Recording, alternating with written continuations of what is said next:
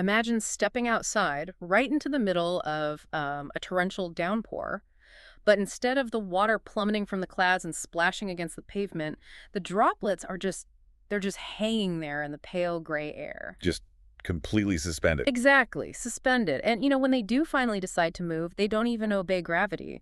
Some of them drift slowly upward, dissolving back into the sky, while others lazily fall downward to the earth. It's a rainstorm that absolutely cannot decide which direction it's supposed to go. It creates this really striking visual, you know, and a deeply unsettling one if you actually think about the physics of it. Oh, yeah, it's terrifying in a way. Right, because it's a complete suspension of the natural laws we rely on to just orient ourselves in the world. It forces you to stop and question the very nature of direction and momentum. Okay, let's unpack this, because that exact scene is where we are starting today's deep dive. We are exploring the staggering, mind-bending philosophical novel titled All Shall Be Well in the Third Circle. Altered by Max, Claude, and Gemini, right? Yes, exactly. And our mission today is to map out this space the book calls the third circle. It's basically this liminal afterlife, a sort of waiting room for the soul. And three absolute heavyweights of Western thought suddenly find themselves walking side by side through this impossible reign. Such an incredible lineup. It really is. We've got the 14th century English mystic Julian of Norwich, the ancient Neoplatonic philosopher Plotinus, and the legendary medieval poet Dante Alighieri. You have three incredibly distinct minds there, right? Forged in very different eras. Yeah. And all of them spent their earthly lives basically trying to decode the nature of the divine, the architecture of the universe, and, well, their own relationship to suffering. Right. And for you listening right now, I want to establish the stakes here. This isn't just some dry academic literary critique. No, not at all. We're exploring how human beings make sense of pain, the sheer courage it takes to revise the beliefs you've built your entire identity around, and even the mechanics of how the universe might actually operate as this giant interconnected tapestry. It's massive in scope. Huge. So we have our three historical figures standing in that suspended reign. To understand where they're going, we first have to understand the tension that's keeping them rooted to the spot. Yeah, and their individual reactions to this reign, it perfectly establishes the core philosophical clash of the entire narrative. Let's start with Plotinus. So Plotinus, who is this philosopher of absolute transcendence, he looks at this reign and diagnoses it as paralyzed. In his Neoplatonic worldview, everything physical is just a messy, diluted emanation from a perfect, abstract source that he calls the One. Right, so he wants nothing to do with the physical. Exactly. He thinks this reign is trapped between the downward pull of gross physical matter and the upward magnetic draw of perfect unity. He wants the reign to ascend. I mean, he just wants to escape the physical altogether. Whereas Dante, who is ever the poet, he looks at the exact same phenomenon and interprets it completely differently. He views it through the lens of romance. Yeah. Dante's take is fascinating. He argues the reign isn't paralyzed at all. It can't fall because it possesses this dual love for both the earth and the sky. It represents the messy human journey, trying to hold on to the physical beauty of the world while reaching for spiritual perfection. But then you have Julian of Norwich, and she doesn't analyze it or romanticize it. She simply extends her hand. Oh, I love this part. Yeah, she just lets a single droplet hover right over her palm and observes that the reign isn't paralyzed and it isn't conflicted. It is simply kept. Kept. That specific word is so heavy. It is. It's a direct bridge to one of the most profound moments from Julian's actual historical writings. The novel weaves her theology into the scene so beautifully here. She recalls a vision where she is holding the entirety of the cosmos, like everything that has ever been made, in the palm of her hand. It's tiny, right? Yeah, it's compressed into something the size of a little hazelnut. She looks at this fragile little sphere and realizes it's so small it could just blink out of existence into nothingness at any second. The universe is incredibly precarious. Or doesn't vanish. Right. And looking at this cosmic hazelnut, she realizes three fundamental truths about it. She says, it is made, it is loved, it is kept. Which sets up this beautiful contrast with Plotinus, because Plotinus champions transcendence. For him, God is a distant, perfect unity, and the ultimate goal of the human soul is to strip away the physical world, detach from emotion, and just merge with that abstract one. Like escaping a chaotic group project by just doing it all yourself in a sterile room. That's a brilliant way to put it. Whereas Julian operates on the principle of immanence. She argues that the divine isn't something you escape the world to find. The divine is intimately, physically present in the smallest, most particular things, even a hazelnut. And Dante is kind of standing in the middle of trying to synthesize the two through actual human experience.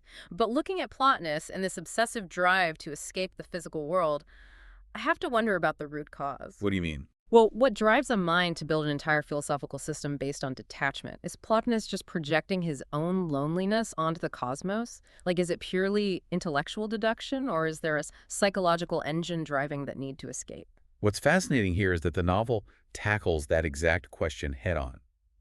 Later in their journey, the trio encounters a divine figure named Sophia, who is the embodiment of wisdom. And she doesn't hold back. Not at all. Sophia doesn't debate Plotinus on his logic. She diagnoses his psychology.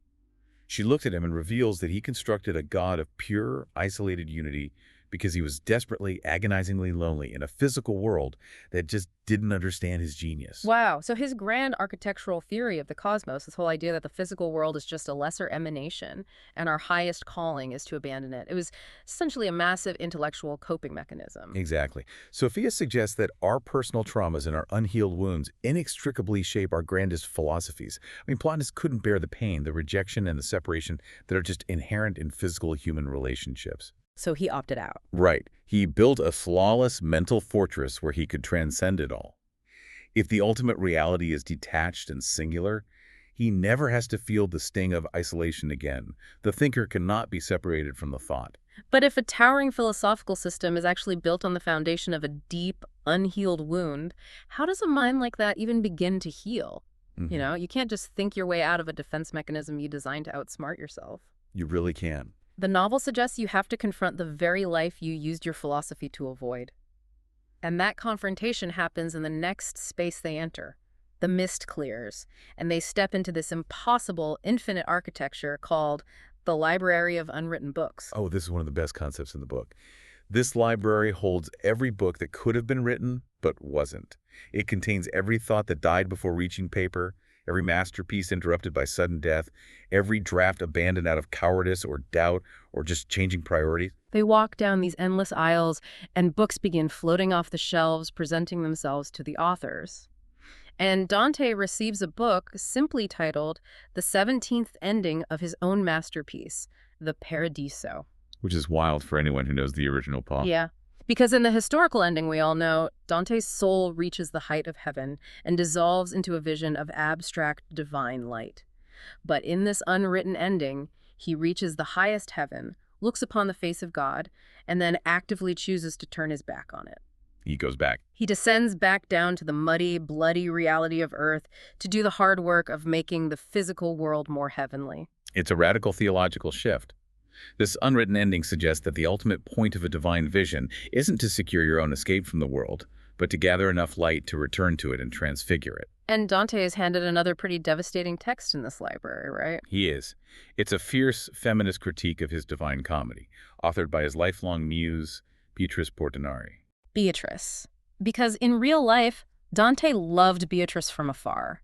She died incredibly young, and Dante essentially processed his grief by turning her into the ultimate symbol of theology and grace in his poem. Like, she literally guides him through heaven. Right, but in this library, Beatrice's unwritten book strips away all that poetry.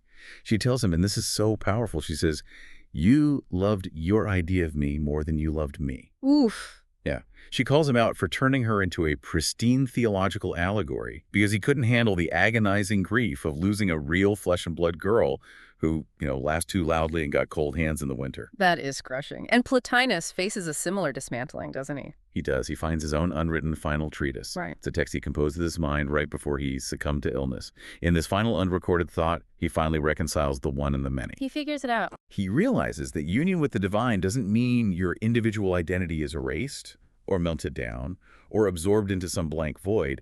It means your specific, messy, particular identity is perfected and fully known.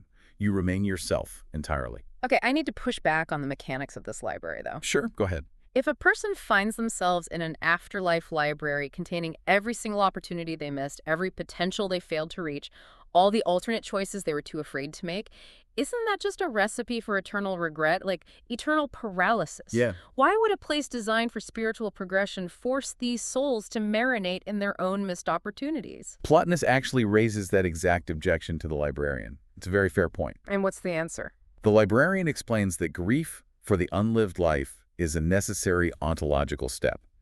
You have to fully process what wasn't before you can fully inhabit what is. I mean, look at Dante's reaction to Beatrice's scathing critique.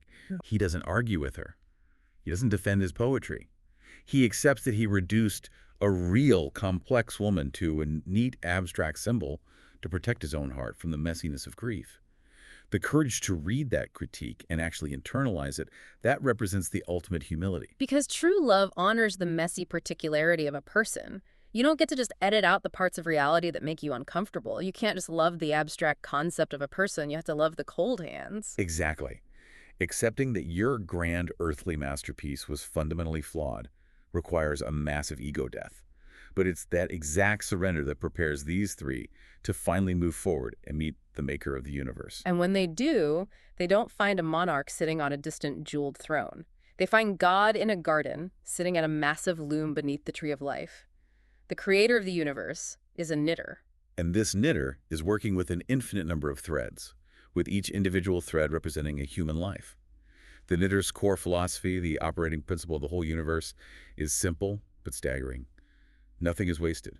Nothing is wasted. The knitter is intentionally seeking out the frayed, broken, and pitch-dark threads. Threads that represent trauma, terrible mistakes, profound harm. Which is counterintuitive. Right. Instead of cutting them out and throwing them away to keep the tapestry clean, the knitter repairs the cuts, works the ugly knots into the pattern, and uses the darkness to give necessary depth and contrast to the overall masterpiece. And Julian of Norwich is actually invited to help with this process. The knitter hands her a dark gray, heavily knotted thread. She learns it represents a man who committed murder and who has been sitting in hell for 500 years. 500 years. Yeah.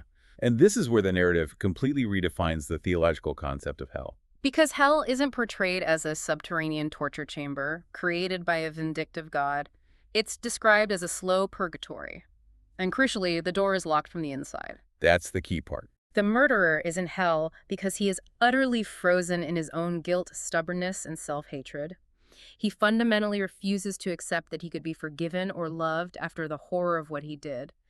And God doesn't force the door open. God just outwaits him. The human capacity to refuse love and isolate oneself is temporal, but divine patience is eternal. The knitter has all of eternity to wait for the thread to soften. Okay, here's where it gets really interesting, and I have to challenge this. Let's explore the mechanics of that justice, because this is where the novel really pushes the reader. It definitely does.